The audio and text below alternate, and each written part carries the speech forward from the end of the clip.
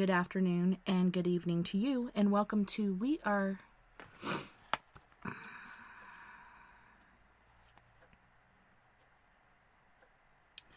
We're buffering already. What is happening?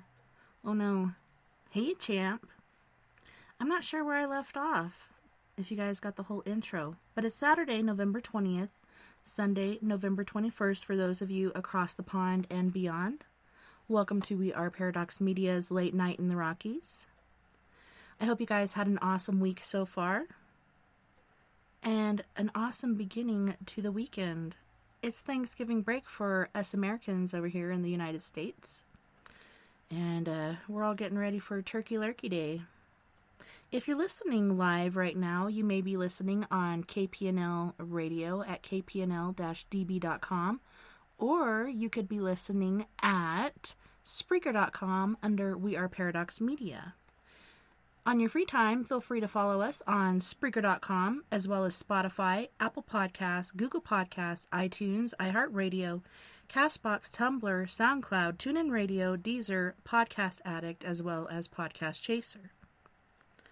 Make sure you go like and follow us, and please subscribe on YouTube. And make sure you give that bell a little tickle. That way, each time we have an episode come out, you're able to see that we do have a new episode up and running. Also, go over to Facebook and Twitter and like and follow us there. So tonight, we shall be doing story time. But before we go there, there's just been a lot of stuff going on in the world. Our friends up in BC, I think it's mostly southern British Columbia, but in British Columbia, there's a lot of storms going on. There's another storm coming in, and there's been all kinds of flooding and such going on with that. And here, I'm going to try to multitask here and see if I can make sure that my microphone is up to par. But yeah, a lot of people, I saw people in boats trying to get their livestock saved. So many people are losing livestock. So many people are saying that they've lost tens of thousands, if not more, dollars worth of livestock. So it's been pretty intense, pretty crazy. All right, going over here to my microphone. Hold on, let me check this out really quick just to make sure my microphone is doing what it should. Hello.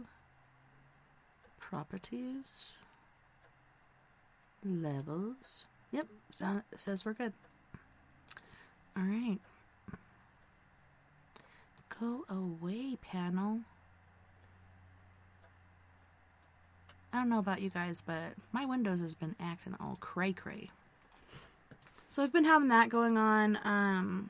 COVID-19 is back in a mass, wreaking havoc on so many people.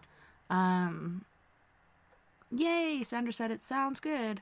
Yeah, it was weird because I was doing my intro and all of a sudden I looked up and it was buffering. So that kind of scares me because I am doing story time for the first 2 hours or, maybe hour and a half or whatnot of the show. And then during the third hour, we're going to be talking about the Travis Scott concert, as well as our paranormal investigation that we did last night. We had a blast, a lot of driving on back roads because so many things were locked down. It was insane. So I looked up different locations to take my niece, Cheyenne Hogue. I don't know if you guys remember my niece, Chrissy Hogue, who was murdered. Well, that is her cousin, and she's in town, and so I'm like, I wanted to spend time with her, but what do? I'm like, let's go paranormal investigating, and she'd never been, so I was able to pop that cherry. But yeah, I looked up a couple different places for us to go paranormal investigating. First place we tried was the Animas City Cemetery. This was stated, hey Robert, hey Sandra, hello champ. This cemetery was started in 1876. I know for a lot of you in different places, that's not very early, but for our area, that's when, a lot of our settlers came here. And so Animas City is what Durango was originally called. So we go into this neighborhood to go to Animas City Museum, and it's a neighborhood. Like, there's not a sign and a pathway that leads to it. There's a bunch of nice, big, fancy houses. And me and Cheyenne were like, yeah, let's go. And I'm like, yeah, I'll go and I'll knock on a door and I'll ask them if we can go. But Nova was like, no, I don't want to trespass. And no, like, this is just making me really uncomfortable. So we tried to go to the Folsom Cemetery, which took us outside of town going towards Lemon Reservoir and up this old desolate road out in the middle of nowhere. And it actually, Robert says, yay, at popping a paranormal cherry, partly normal cherry. So we go up this road and it leads to somebody's house. Like, all of these people are building their houses right there where these old cemeteries used to be. And it just makes me wonder what kind of activity is going on there. And so I was like, I know this is a far-fetched thing, but Greenmont Cemetery is my favorite. I used to go up there all the time and smoke with my friend Mary J. Pound. I used to think she was a witch until I educated myself, and she was actually a Mason's wife. But yeah, she had a very immaculate and beautiful looking tombstone, and this cemetery is so beautiful, like Greenmount. It is exactly that. It is so green. The grass is well manicured. It's a well taken care of cemetery. But of course, the gates were locked. But we could have walked in if we wanted to, but we did not, once again, want to trespass. We did not want to face charges just to go have some fun. So we had bounced around some ideas, and she kept wanting to go back to Lightner Creek. That is the park in which my niece was murdered. During the same week, another guy was murdered. I believe this park, just like Vicedo, is cursed. Good morning, Mr. Morris. But yeah, it used to be Native American land, Indigenous people's land, or Robert says, have these people never seen poltergeists building houses on cemeteries? I don't know. That's what I was wondering. I'm wondering if these people have any sort of paranormal activity going on, because they are right there on these cemeteries. Especially that guy out there, like, his house was one of the only ones built up there by that cemetery. So I'm wondering perhaps if it was one of his family members. But yeah, as we were backing out to get out of there, he came out of his front door, and I just left because, like, I don't know if he's got a shotgun or what's going on with that. Perhaps I could have gone and said, hey, you know, I'm Tessa from FCPI, and we were just wanting to come check out your cemetery. Maybe he would have let us go, but I don't know. I have a smidge of social anxiety, so I really wasn't wanting to deal with anybody and to bother anybody in their house. At least we weren't going like super, super late at night. At least this was a little after 7 o'clock in the evening. We went to Pizza Hut, ate in the parking lot, had some pizza, had some barbecue boneless wings, and got really, really full. And Nova, my daughter, came with us. And she's like, Mom, I don't even know if I can go now. I'm so full. I think I just want to take a nap. And I'm like, it's all right. It'll work out. And it did. We eventually went to, I believe it was called the Florida Cemetery. And this was out going back towards Bayfield. And I was like, I know where this other cemetery is. It's right by this creepy old church. And Robert's making me laugh over here. He's like, maybe he was thinking, oh goody, new additions to the plot.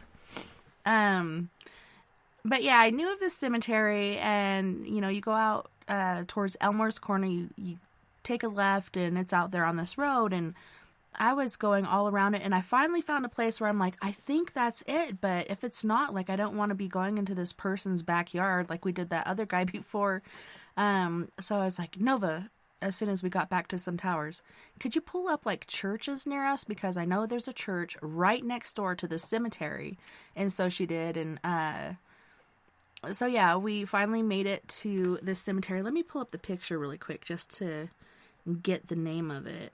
Oh man. And when I looked at these pictures I took, I was like, holy shnikes. So it's called Florida Cemetery. A lot of people that aren't from here will call it Florida because that's the way it is spelled, is Florida. but they call it Florida.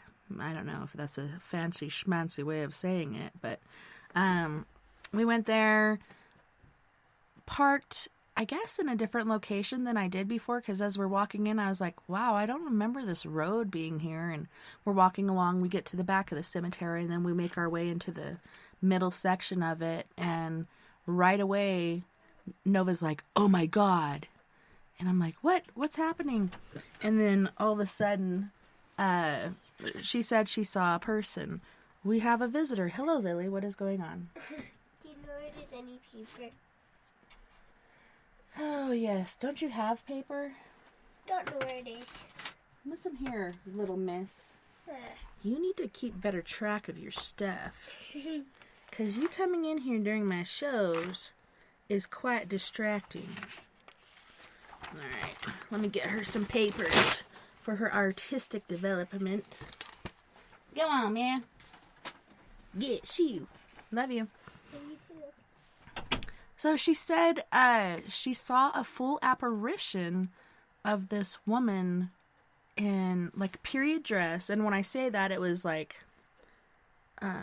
black with like white lace around the top and like around the wrist cuffs. And she was bent over and she was Florida. No, Robert, it's not Floreda. It's like Florida. Florida. But they call it Florida, even though it's Florida. But yeah, she saw this lady bending over and picking at the ground like she's weeding. And as we walked around the cemetery, it was kind of disturbing because you could tell that people had done some weeding, but then for some reason, they made mounds. So when somebody originally is buried, there's mounds there because you take out the dirt, you put the casket in, and then you refill it. So there is that. I know, you know, you're just trying to be funny, which it was funny. But yeah, everybody's been going in there, doing some cleanup, doing some weeding, and then they're rebuilding the mounds, which is very creepy because the mounds are like smaller than they were before, and they just like do not feel right. Like there was a lot of different areas in the cemetery where they had redone the grounds where things just felt off kilter or misplaced, or like they weren't in the exact location that they should have been. Like they were teetered to the left or the right, or they just they were not aligned the way that they were before when I went the last time. So I'm like, man, this just feels weird. And I think I kind of stepped in some sort of vortex at one moment, but we had a really good time. I know. I like mounds more than almond joys, now that you say that, Robert, because mounds don't have nuts, and it's dark chocolate, which is my favorite. But we came upon this tombstone of a cowboy, and first it was Cheyenne and Nova that came across this tombstone, and there was a little tray there on a stand next to this really nice tombstone, and they had his cowboy boots that they had bronzed. You know, they do that for babies, but they did that for this cowboy. And there was something else on the other side. I don't remember what it was, but you could tell that they had newly decorated it. It looks like it was decorated for Christmas. And it said something along the lines of, when I die, don't bury me, make me into a saddle so I could be between the two things that I really, really love, a horse and a woman's thighs. And we just laughed. I mean, there's so much humor, so much personality in this guy's statement on his fucking tombstone. And then right next to him, I believe it was his brother that was buried. Robert says, the mounds look like that because the people in the graves have rolled. But yeah, when we go back next time, we want to go back and talk to that guy, because could you imagine the conversation that we could have with him? I could imagine if we, you know, said his name and asked him to come talk to him. I could see him coming back, unless, you know, he's on an astral hop or something, or, you know, perhaps has gone back into the fold as far as reincarnating, or, whatever. There's so many different theories out there. But that was pretty awesome. I really enjoyed myself, and I felt bad because, you think about going paranormal investigating, and I know this is Cheyenne's first time, and I'm like, man, none of these places are open. Like, everything is fucking locked down. I don't know what to do. And then I was like, oh yeah, there's a cemetery out here. So we drove around forever on the back roads, and I'm just like secretly hoping something creepy happens or something creepy is seen along the road. We were only 0.03 miles away from this church, as we finally were able to look it up, and I was like, I knew we were in the right neighborhood. Talk about being saddle sore. Yeah, that's what that fella wanted. Oh, I can't remember his name, but it was so funny. It made us laugh and smile, and the whole time, really, we had a good time. We didn't get any creepy vibes, except for the church. Like, when we first pulled in, we were creeped out by the church, and as we were leaving, we were super creeped out by the church. And some of the pictures that I will share later show some different freaking weird things going on around it. One was this kid hiding behind the tree in front of the church, kind of like yelling out to somebody else, like, they're leaving, it's safe, come out, or something like that, But yeah, I'm excited for when she comes back next time. We're going to go back out there. We know the way to get there now. But yeah, that was super awesome. We had a really good time, and we stayed up and out way later than we expected to. By the time we finally headed back home, it was about 2 o'clock in the morning, and Nova went to bed about 3, and I stayed up and checked my Facebook and posted the thing for the day and so on and so forth. But it was a really good night altogether, and it was really nice to hang out with my niece Cheyenne, because she's just such a sweet spirit, and she reminds me so much of my niece Chrissy, and yeah, we talked a bit about her, and we're trying to figure out what her favorite flower is. And I'm like, for some reason, like, when I planted flowers in this garden that I made for her, they were all lilies, so I want to think that they're lilies. And she's like, what's her favorite color? I never knew her favorite color. And I'm like, I keep seeing her in pink, so I think her favorite color was pink. And she said she thought the same thing. But it was just a really good night. At the end of the night, after we left the cemetery, we went back to Lightner Creek Park, where Chrissy used to live. And it was funny because Cheyenne's like, man, this guy that lives in this trailer, he's always coming out and he's cussing at people, and he's like, slow the fuck down, and stuff like that. And I'm like, it's funny because when I was pulling into the park, I was thinking about Chrissy when she lived in this trailer right here, right near the entrance of the park. And she'd always go out on the front porch and tell people to slow down. There's kids in my trailer, or I have kids playing, and there's lots of kids all over the place. Slow down. You don't need to be speeding through here, but there's so many not cool people that live in this park. But yeah, it was funny that somebody else is taking up what she used to do, and that Cheyenne, like, really takes offense to it. But I'm like, that's exactly what Chrissy used to do.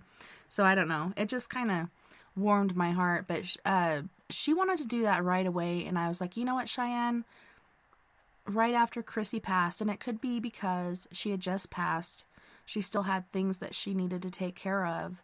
But I tried to get a hold of her, and she was not there. I think she was with the kids. She was not there where she died. She was with her kids, or she was taking care of other business. But we can try later when we go back. And so it was after midnight and everything. We got some really interesting stuff. Unfortunately, both of these places that we were able to investigate did not have any sort of cellular reception. So we weren't really able to do a Facebook Live like I wanted to. I was so excited to do that, and we couldn't do it because, lo and behold, there is no cellular reception. But good news is I heard that we're going to get fiber optic cable going on, so that should really help our cell service, and hopefully they get new towers along with that. So in the future, hopefully we have better luck with that. So moving on to not any better things that we have been ruining for the last 2 years, basically. COVID-19. So recently, I came upon this video, and it's of a doctor or scientist or whoever the crack he is, talking about COVID-19 as well as the COVID-19 vaccination and how it affects our genetic strain. So here real quick, I'm going to share this video with you. So, hold on as my thing loads.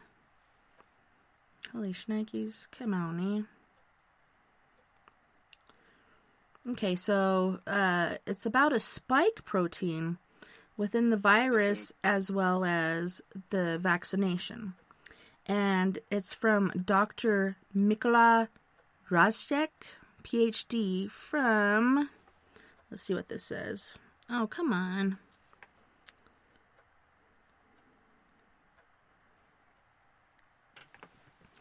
Okay, so this video discusses a new surprise discovery yet to be confirmed by other scientists that the SARS-CoV-2 full-length spike protein can enter human cell nuclei and interfere with the mechanics of fixing of broken DNA damage.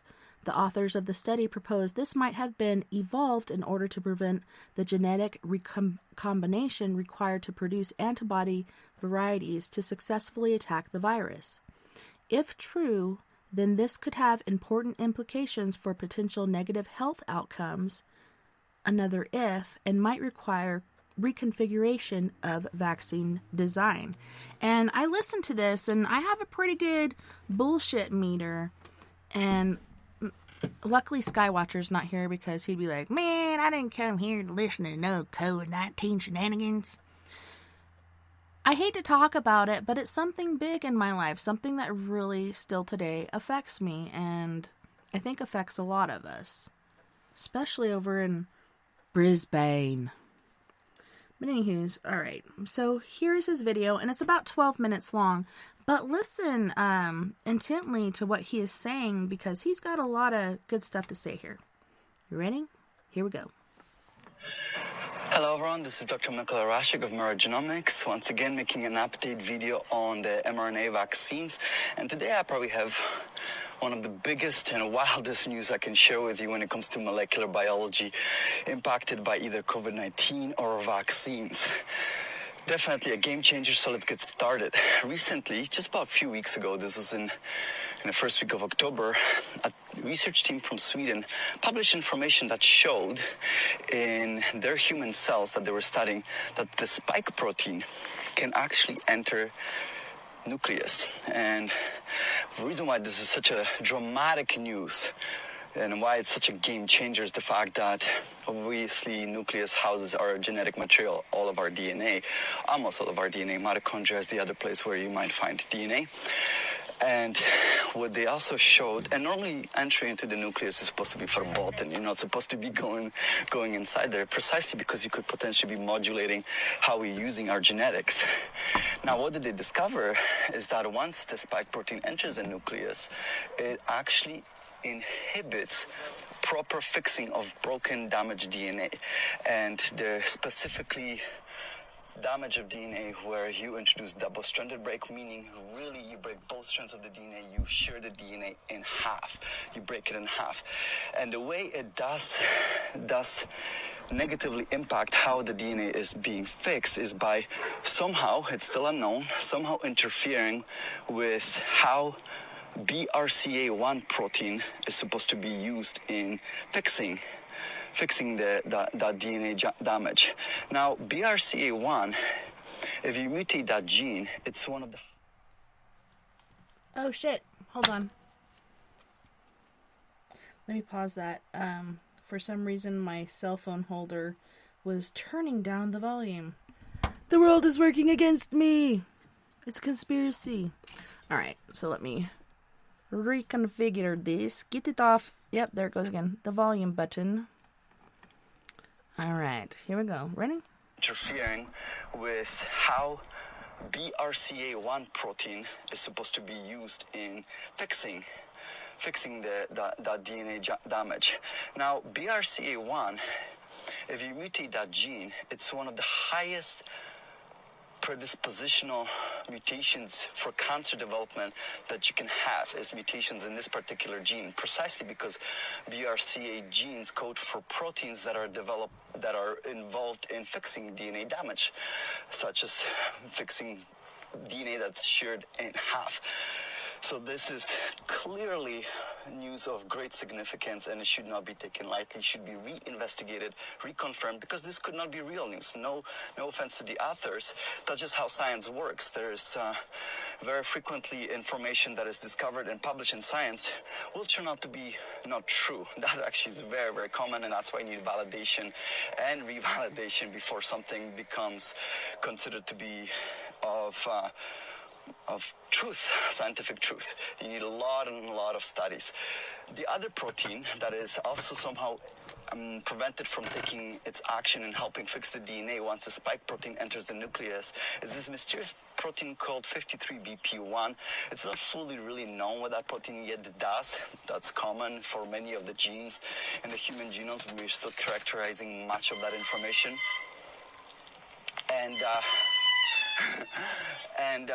But it's believed that potentially that protein might be involved in binding to the broken ends of the DNA to prevent their religating or reconnecting to DNA from other sources. So basically making sure that two chromosomes that are not supposed to be linked together are not linked together. So why do the authors suspect this might be happening? They believe that potentially this is how the virus evolved this method in order to inhibit how our immune system responds in being able to combat infection. So keep in mind that when we produce antibodies or T-cell receptors, they can recognize pretty much any pathogen. So how do we achieve that? Well, the cells that are actually responsible for producing either the antibodies or the T-cell receptors, they can actually shuffle the genetic material that is responsible for production of these proteins, the antibodies or the T-cell receptors. So it cuts the DNA apart and then splice it in a variety of different manners, and that's how you can literally produce any amount of these proteins being able to attack any pathogen. So by spike protein entering the nuclei and preventing this from happening, what it actually in essence would be doing is preventing the development of diversity of response to the infection. And I think this actually is a good example of our typical, very broad, oversimplistic view of viruses and vaccinations, without the regard that we have to remember that these viruses, this family of viruses, have evolved with humans for literally thousands of years, and they have developed many specific tricks to be able to fight our own immune system in order to be able to effectively infect us and promote infections between ourselves, because that's all the virus wants to do, is it wants to spread, because that's the only way it can actually be produced, is once it infects one of us. So why is that potentially dangerous? Obviously, is that in theory, then the spike protein could be a mutagen, because it prevents the fixing of our DNA. So this is why it's such an important information, especially in the context of the other recent information that was recently discovered that I discussed in the video number 16, I believe, where I talked about how spike protein post-vaccination can circulate in our blood for many months on end in the exosomes. And that means it could be circulating to any parts of our body, in theory entering any cell, and then the question is, does it enter nuclei of any cell and lead to the damage of the DNA? Just to give you some context, how often DNA is damaged and why it's so important to be able to fix it rapidly is the fact that it's estimated that literally every single cell of your body experiences something like 70,000 lesions per day in the DNA, per cell. Luckily, only approximately of those 70,000, maybe only 25 of those are the double-stranded breaks, meaning where the DNA is sheared in half. But those are the most dangerous ones. So it appears that the spike protein might be interfering with fixing some of the most dangerous damage to a DNA. And we need to be able to confirm this. It is very, very important. It's not something we want to be taking lightly and not something we want to dismiss easily. This is something we should be reconsidering because of the fact that we're obviously also considering doing boosters. And as I mentioned, BRCA gene mutations predispose you to the highest likelihood of cancer development if you have mutations in those genes. So how likely would it be that something like spike protein circulating in our blood, either due to vaccination or due to natural infection, could be predisposing us to cancer? Well, it might not be very likely at all. It just depends on how much of a damage occurs and to what degree can that promote cancer development. When you have mutations in cancer predisposition genes, it can take many, many years before clinical symptoms show up. And that actually brings me to another point, is the whole concept of mentioning that vaccines are safe. The actually more proper way of saying is the fact that we actually do not know what the vaccine spike proteins will do in our body post-vaccination, but on a short-term scale, they do not frequently produce clinical symptoms. That's the more real explanation. Not that they're safe, it's just that we don't know what they do, but they do not produce dangerous clinical symptoms in the first few months. But we don't know what it does on a very long-term basis. So could this be producing some serious problems later on? Now, another thing that I should mention is the fact that these authors mentioned that it requires a full-length protein, full-length spike, and that's exactly, meaning entire protein. It's not a fragment of the protein, it's entire protein enters nuclei and causes this, and it facilitates or helps this damage to the DNA. Now, remember that the vaccines are indeed using full-length protein, and prior to vaccination even beginning, there were actually scientists mentioning that this is potentially too dangerous. And there's been publications warning that we should not make vaccines using full-length protein precisely because of potential adverse events that might be experienced. So one of the publications that I recall mentioned specifically that one of the dangers is the antibody-dependent enhancement. So what is that? That is when you can produce antibodies to the spike proteins, and instead of those antibodies helping you fight the infection, it can actually promote the infection. Unusual event, but it's very real. It does happen, luckily rarely, and now, in fact, in the process of this, in the duration of this pandemic, we're literally discovering new forms of this event as well. And I can also tell you that as a condition of the recent approval by the FDA of the BioNTech mRNA vaccine, that's one of the clinical studies that they have to perform, is to determine how likely vaccines themselves could be promoting disease development. So that's something that is still yet to be done, but it's suspected that it shouldn't be the case. Nevertheless, my point here is that the authors of that publication, when they were warning against using full-length spike protein in the formulation of the vaccine, that was their worry, and they were suggesting we should only be using fragment of the spike protein in our vaccines, specifically what is referred to as receptor binding domain. So where is receptor binding domain? That's it, at the very apex, the very top, the peak of the spike protein, if you will. And receptor binding domain is the area of the spike protein that is used by the spike protein to interact with the receptors, ACE2 receptors on human cells, and that's how the virus gains entry inside human cells. So they're saying it would be much safer to simply build vaccines using that tiny fragment, precisely so you can avoid other unknown effects, such as the antibody-dependent enhancement. Interestingly enough, the authors of this publication that I just mentioned from Sweden, they echoed that warning that we should really reconsider redeveloping the vaccines. We're not using full-length protein, but rather, again, just fragment of the protein, specifically, again, receptor binding domain, precisely to make them safer because of the potential danger that we might be discovering along the way. And finally, what that really means is that it shows you how still potentially these vaccines are still uncharacterized as to what they might be doing on a molecular level to us once they're injected. And that's very real. We obviously reacted as fast as we possibly could to a global health danger. but we still have to appreciate the fact that there's so many things that are uncharacterized about what is happening with the spike protein post-vaccination or post-infection. We're learning more about post-infection, but we still have to learn about what might be happening after. So that's it for now. I'll end it right there. And So yeah, I don't know about you, but I'm like, that makes a lot of sense. And I don't know if you noticed how he was pretty winded. Some people might be a little creeped out by it, but he was actually just walking through the park.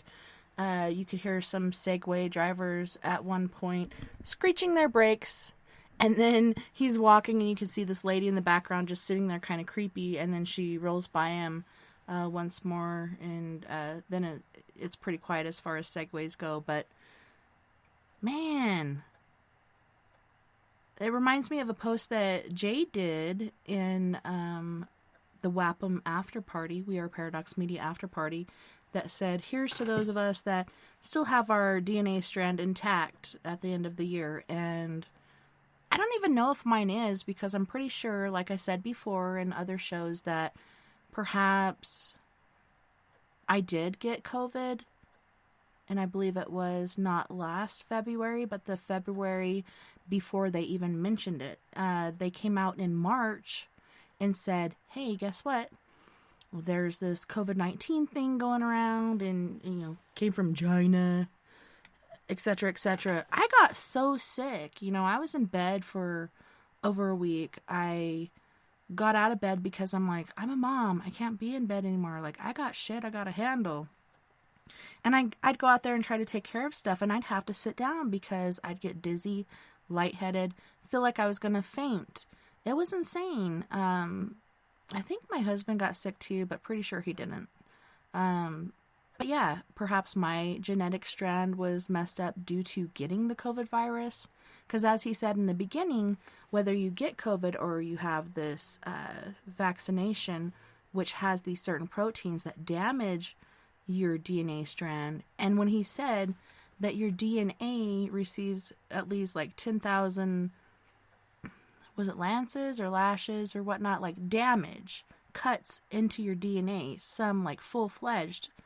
What exactly causes that? Could it be our diet of shit that we eat here that a lot of countries don't eat, except for this guy, I believe, is from Sweden or somewhere else where they have a totally different diet. Like a lot of our diet here in America is not allowed in other countries due to the fact that there's so many additives and so many different things that you should never put into your body that we are eating on a daily basis, unless you are doing a really full healthy diet where you can cook fresh things and make it on your own instead of buying processed things, which I've been having to do for, I swear, like at least the last 6 to 9 months, because we had a hot water issue. We had to rip out the pipes because of buildup of different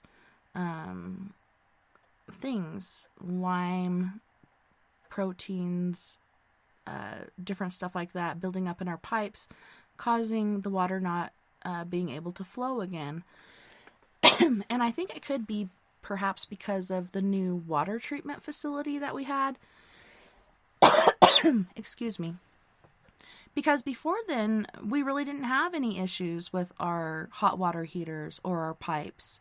But then shortly after we got this new water treatment facility here, things started to act up. Our hot water heaters, we've gone through 2 so far, have broken down. Our pipes, especially hot water pipes, have been clogged. We didn't have hot water to the bathroom for a while. We finally got hot water back in there. But I'm still like, okay, if we don't get hot water in the kitchen, we can't do holidays here. There's no way that I can do Thanksgiving and Christmas dinner here because I have to be constantly doing dishes as I'm cooking all of these wonderful treats, whether it's turkey or cherries and snow or, different, like pumpkin pound cake is my favorite for Thanksgiving, different things like that. You go through so many different utensils, so many different things to make these certain goods. Well, I can't do that, so we're just going to have to cook our turkey over at my daughter's house and then buy pre-made pies and crap like that. I am so sick of the artificial diet. I just want my home back. So we're still working on getting hot water into the kitchen. Hopefully that'll happen soon, but it's just so strange, the stuff that is happening there. What is it that causes our DNA to be damaged on a daily basis? Could it even come from our atmosphere and different things we're doing? I don't know. That was one of the big things that struck me. I was like, what did you just say? Our DNA receives how many different cuts? How many different cuts in the day? 10,000 cuts per day? That to me is kind of insane. So I just wanted to share that with you guys because that kind of really made a lot of sense to me and raised a lot of flags to me. And like I said before, I've been on the fence as far as this whole vaccination. Like, I really want to go with my daughter Nova because she does have issues with her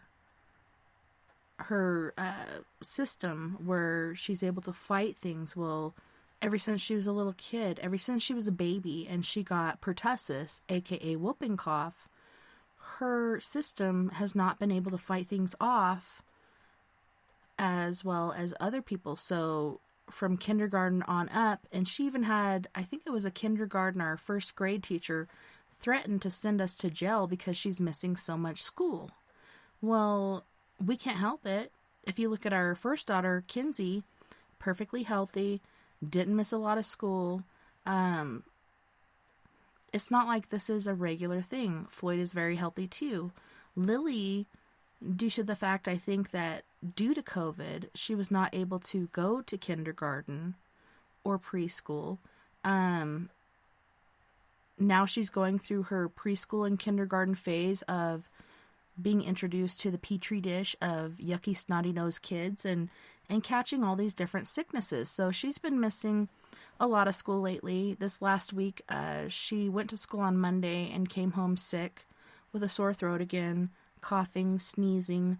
Luckily, no fever this time that I know of. The thermometer we got was from the dollar store, so you have to take her temperature about 5 or 6 times before you get an accurate temperature. But yeah, as soon as we were about to send her back to school, they're like, guess what? We have a shortage in staff. And so we're just going to let school out early. So the kids have a 10-day Thanksgiving break. Oh my gosh. Could you imagine how thankful I am for that? Can you tell I'm being sarcastic? This is day 2. And the kids have been, not all the kids, but the 2 littles, Floyd and Lily, 6 and 9, have been fighting like cats and dogs. And I'm like, are you serious? I'm just going to send you to bed. Like, this is not going to happen. You guys need to learn to get along. All this little petty shit that you keep pulling is not going to happen. We're at the beginning of Thanksgiving break, and you guys need to be thankful for each other. And then I brought up the fact that when I was your age, Lily, who is 6, me and my little brother were left home alone all the time. Do you think we fought like cats and dogs? No, we couldn't, because we would have killed each other. We had to work together to get through this. We had to work together to stay alive. So, I don't know. For me, it's kind of sad that they're like that, but I understand. They're bored. I could imagine if we were doing homeschool, how they'd be acting right now. Holy shnikes. Oy vey. So, I think we have about 10 minutes before we go to break. All right, so getting back off of COVID, because it's such a negative stasis, and I don't want to dwell on the negative. There's another negative I have. No, it's not negative, but last night, I almost sheathed my pants. I was just like, holy shnikes. Okay. It should not cost this much to go paranormal investigating, but it wasn't just paranormal investigating. It was spending time with my family that I have not seen in a very long time. And I'm like, $30 in gas, $30 at Pizza Hut, $50 at Walmart for beanies. And I didn't get a beanie because I have long hair and a bun, so I got that thing that wraps around your ears and the forefront of your head. So it's like probably like a 4-inch little strand that you put over your head. And when I try to put it on, I'm like, I don't know if this thing is going to fit over my very large head. Because I do have a large head, which perhaps means I have a large brain. I don't know. These days, especially after COVID, I feel like it's like functioning on and off. But I finally got it to stretch over. And even still, like after we got out of the cemetery, my ears were still freezing cold, but not as cold as they would have been had I not had it. So that came to $110 for a night of paranormal freaking investigation, which we only did for about 2 hours because we were driving around for the most part. But man, my pocketbook or my wallet, whatever you want to call it, is really hurting right now. It stings. Why does it burn? But it was worth it. It's just like hard because doing this show and paying for my website and all of this other stuff, like I'm doing this all on my own. So it really takes a toll, and I'm just like, where am I going to get the money? We were getting the stimulus from the government, and at first it was $1,000 for the first 2 months, I think it was. And then last month and this month, it's only been half of that, which I don't understand. They say that the government is looking at people's income and all this other stuff, and so they're changing people's checks due to that. Well, our income has not changed except for what you give us, so I don't know. We tried to call the H&R Block, our tax guy. He's super awesome. But they were closed this last, I think it was Thursday we tried to call. Could have been Friday. But it's like, H&R Block will be closed till this coming Monday. Trying to figure out why the fuck this is happening before we got our second check on this last 15th, and not second check, but second low check, to figure out why our check is smaller. And I guess there's thousands of people out there that are dealing with the same thing and trying to figure out what exactly is going on. So it's been pretty interesting going through this all, and I think all of our lifestyles have really changed due to this different stuff happening. Even, oh my gosh, like, I'm pretty sure I'm in hibernation mode. Right now, I feel like I just want to sleep all the time. I'm just tired all the time. And I thought today, oh, it's because you went on a paranormal investigation, and so you're just really drained. You got that paranormal hangover. Swear to God, didn't drink a drop. But I was just so drained today. And I woke up and felt kind of spry at a certain point during the day, and then ate the last 2 pieces of pizza from Pizza Hut. Totally drenched in marinara sauce. Oh, yeah. Oh, somebody just sent me something. Feel free to share this anytime you need a storyline. I'll have to look at what the crack that is. And it's hard, too, because I have a new phone. But yeah, let's see what it says. Feel free to use this story anytime you need a storyline. It's been 6 years now, but I remember it as if it were yesterday. It was close to 3:45 in the morning. I was awoke by my husband's tears. He was sobbing and rocking himself in his sleep. My husband often talked in his sleep and had many vivid dreams. This is what he told me he just saw.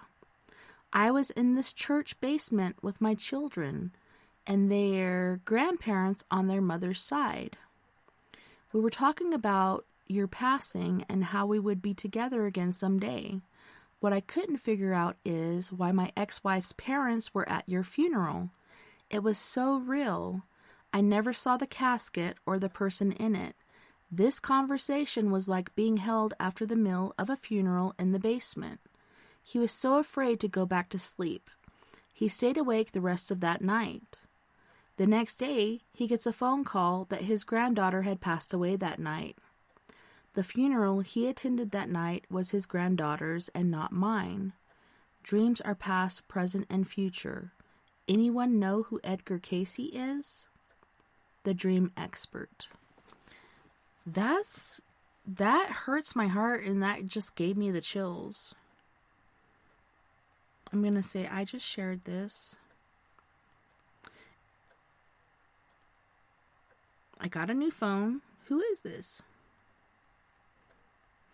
Yeah, I don't have my old contacts. So, it makes me wonder who this is.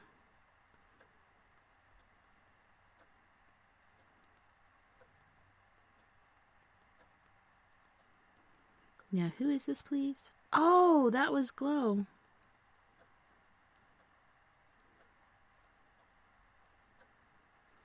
Oh my goodness, that is so sad.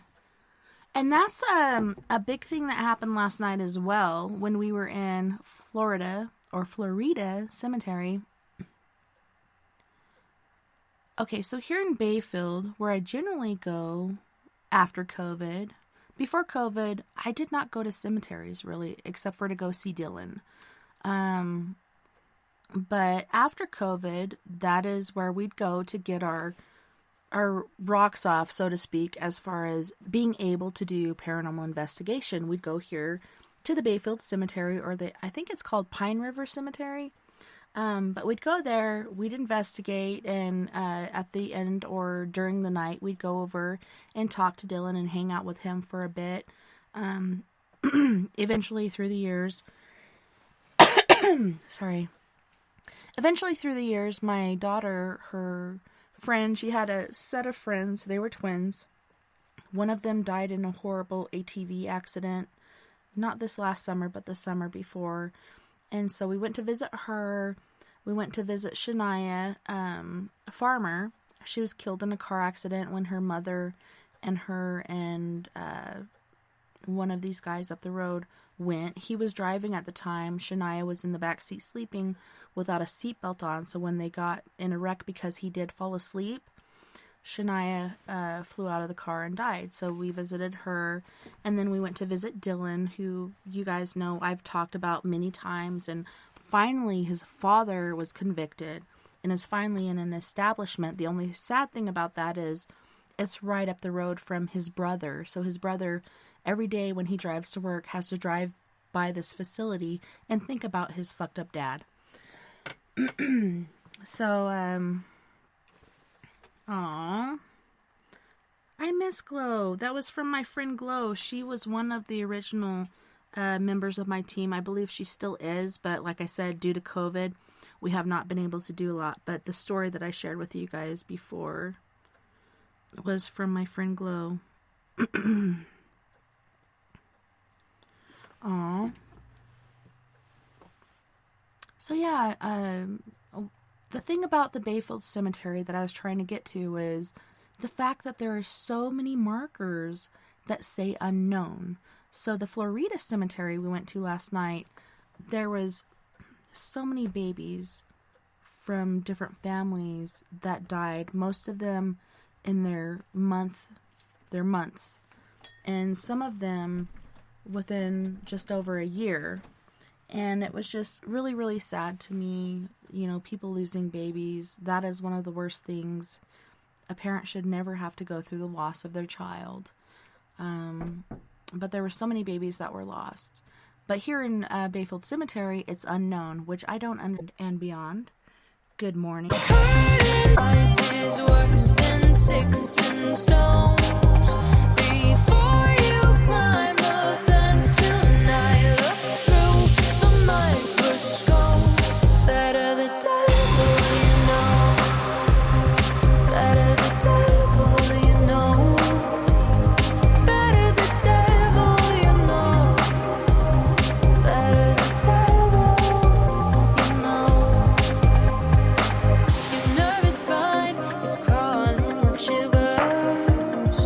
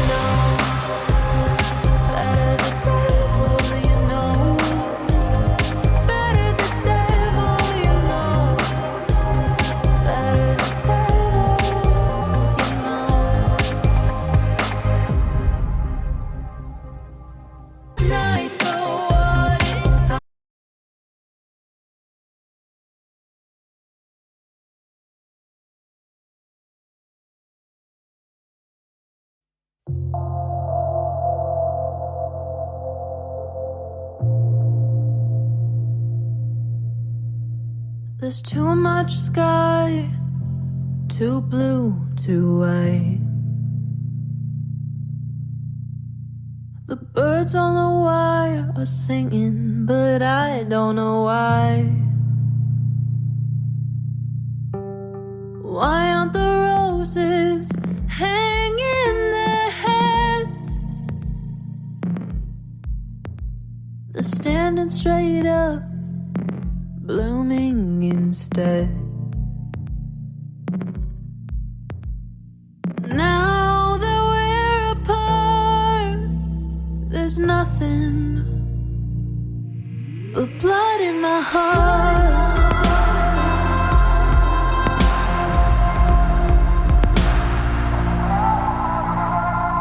Why does that guy have a smile on his face? Why is the sun even shining today? Why are the headlines talking about love? Don't they all know what happened to us?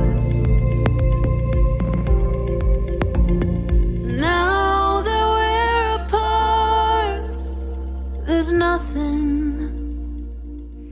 but blood in my heart.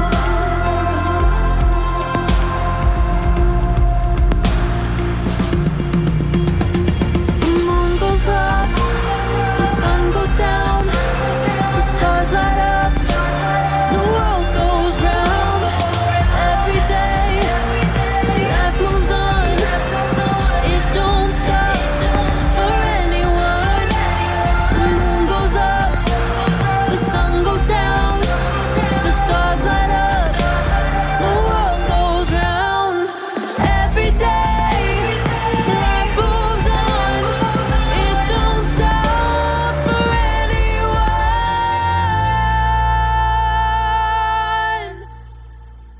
Now that we're apart, there's nothing. Now that we're apart, there's nothing but blood in my heart.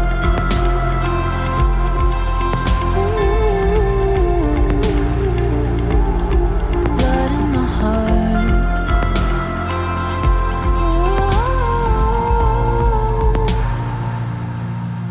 Blood in my heart.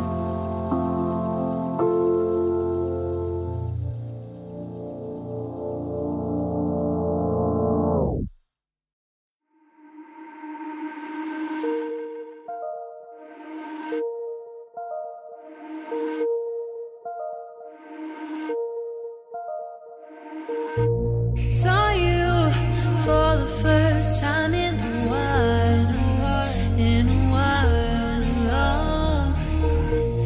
You seemed so surprised I worked out a smile, out a smile, out a smile. 'Cause I've grown and I've changed, yeah, we went separate ways. How come we're both back here? 'Cause you pushed me away, had my life rearranged, but still we're both back here. Close to me, I want you close to me. I can see that you wanted me. Follow me, baby, just follow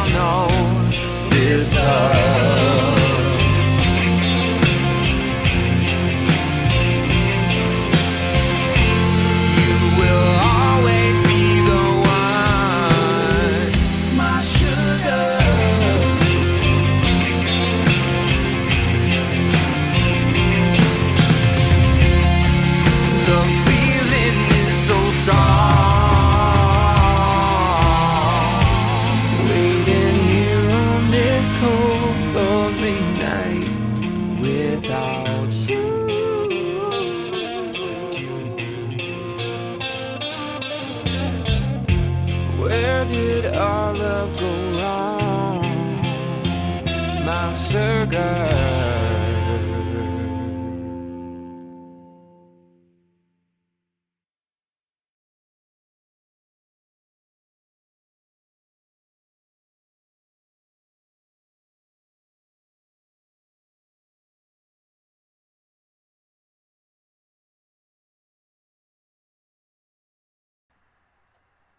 Welcome back, and thank you so much for joining us tonight on We Are Paradox Media's Late Night in the Rockies. Tonight we are doing story time, but it's a little bit different than other story times we've done in the past. Tonight we're doing story times of the present.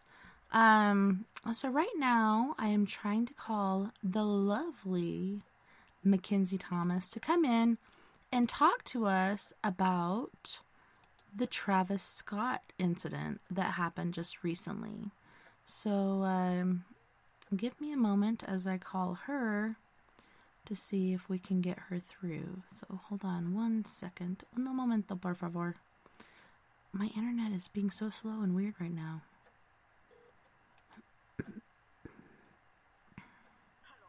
Hello? Hold on 1 second. Alright, so I was calling you about the whole Travis Scott thing. So we're doing story time on the show tonight, and I was wondering if you, this whole thing, I talked to Roy Washington, who was our musical host on the show, about it, and he didn't know anything about it, and that totally surprised me because he is in the music industry. Could you tell us what you have seen as far as what happened at the Travis Scott concert and what your thought process is on what was actually happening there? I'm sorry, but Kinsey, this is Nova. Kinsey's asleep, Aww. and I don't know anything about that. Well, do you want to talk about anything on the investigation last night? When you saw that lady and stuff? Like, that was pretty freaky. Yeah. What do you want me to just tell the story, or? Yeah, from when we started, how you felt about the church and just your process through there, and when you saw her, and yeah, I remember you were like, oh my god, and you're like, hopefully the mic was working on the camera when I saw that, because that would show at the point when I saw it. That was pretty crazy. Yeah, I felt fine. It wasn't scary. Well, I didn't feel scared or anything. We were just walking, and I was checking out this gravestone, and you guys were walking ahead a little bit, and I just turned my head to the side, and I swear I saw a woman standing there in a black dress, and then when I said, oh my god, and blinked, and it was gone. So we'll have to just look over the footage, and hopefully the sound was working so we could find the part where I saw it. Yeah, and I remember you saying, my camera's pointing this way, and then I looked this way, and then I pointed the camera this way, so I hope I caught it, but did it look like she was pulling weeds? Because I think that's what was the disruptive dirt and why people were making... It was bent over. It didn't... Hold on 1 second, because we're buffering. Sorry. The internet's being stupid. Okay, go ahead.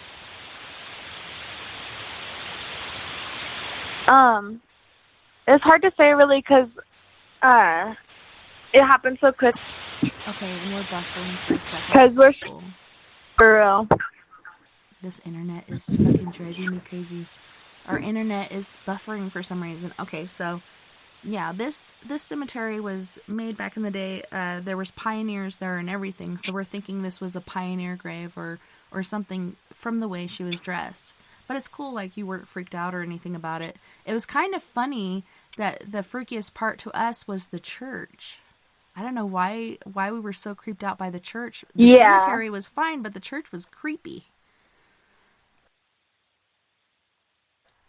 For real. Yeah, and then we looked back on the pictures and stuff later that night, and it was different things standing out. The weirdest thing, besides the kid behind the tree, hey guys, they're leaving, it's all good, was that butterfly sort of thing. Like, what the crack was that? And then it turned into a teddy bear, and then into, I don't know what the other one was, but it was pretty interesting. Yeah. But we had a good time. Okay, we're buffering again. Holy shit. Her smile. Fuck, dude. This is totally pissing me off. I'm gonna tell Dad. I'm gonna tell Dad to get Floyd off the game. But no, Cheyenne has Sean's smile, but her smile looks cuter on her than it does her dad. Just gotta say. Yeah, for sure. Poor Kinsey. She's all pregnant and sleepy. All right, well, I'm glad you Yeah, answered. she's getting, like, acid reflexy stuff. Aww.